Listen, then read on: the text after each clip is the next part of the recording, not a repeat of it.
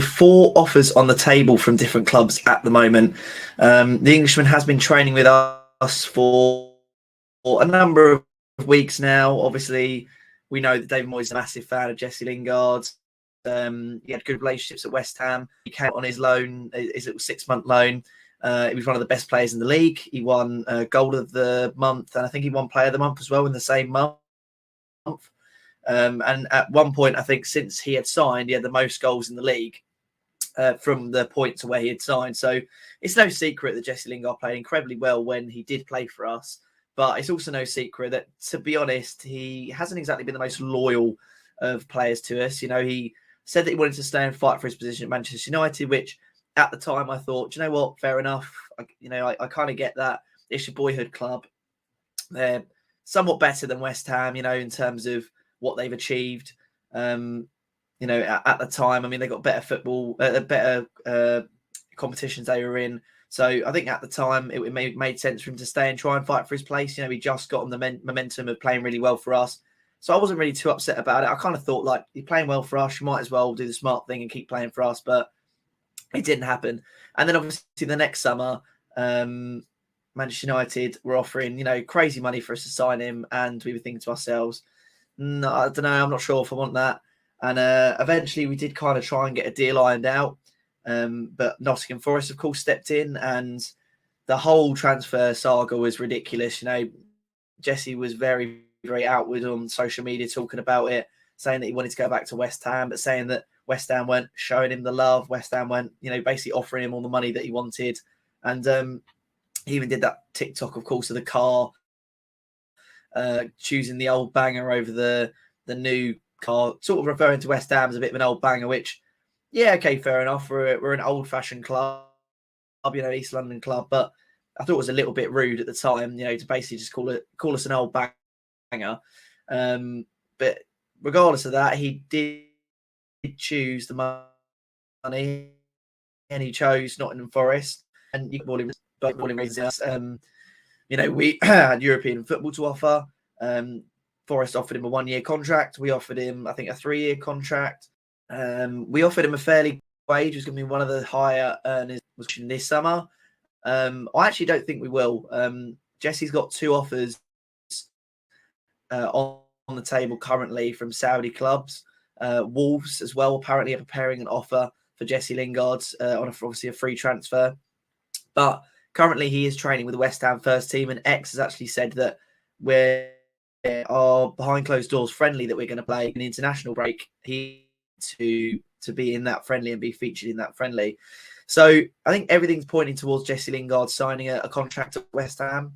My hopes would be that because Jesse has seen what has happened in the past, he's seen that if he's going to turn down a contract with us and go and opt for somewhere else, then it's not necessarily going to work out for him. He went to Nottingham Forest on a 1-year contract, didn't play amazingly, did what he tried to do. And in the end, it ended up being bad for him. And we did say to ourselves, you've been offered a 1-year contract there. If they get relegated, they're just going to get rid of you. If it doesn't work out between the 2 clubs, then they're just going to get rid of you. So it didn't really make much sense for him to opt with them. So, even if we were offering less money, we're offering less money but over more years. So he was guaranteed more money with us than he was at Nottingham Forest, but he still chose Nottingham Forest because it was money quicker and now. But, I think everything is pointing towards Jesse Lingard going to West Ham United. Obviously, Saudi clubs getting involved is a bit worrying because, as I talked about in yesterday's video, money talks. And they can definitely put the money where their mouth is. If they are coming with some crazy 300k wage, would I even blame Jesse Lingard, for going to Saudi Arabia? Maybe a little bit, because I think, I always say this. I say I want people who want to play for West Ham, but I also want people with ambition.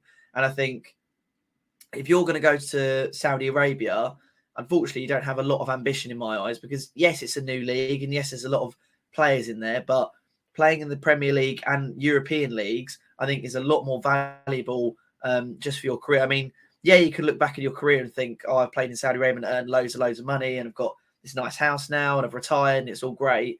But, there's no reason why Jesse couldn't win a European trophy with us, or even a domestic trophy with us. I mean, we won a European trophy last year. He could have been a part of that. And I would think to myself, if I was Jesse, I could have been a part of that. I was part of a relegation scrap with Nottingham Forest instead. Yes, West Ham weren't exactly, 10, 50 points clear of relegation zone, but, we had a European challenge and we won the Conference League, and he definitely could have been a part of that. So I think in his eyes, why would Wolves is a weird one. Like, I think if you're going to join Wolves for more money over West Ham for less money, because to be fair, I don't know what money we're going to offer him, but I can imagine us being quite conservative with it because, aptly, we're doing him a favour. His career's on the downward spiral. He's burnt his bridges at West Ham to an extent, and we're giving him the opportunity to play for us again and to play European football again. That's a very big opportunity, and we're taking a very, very big risk on him. So in my personal eyes, I think that whatever money we offer him, as long as we're not offering him ridiculously low money, I think no matter what other clubs put on the table, and what I don't want to happen is a similar situation to last year.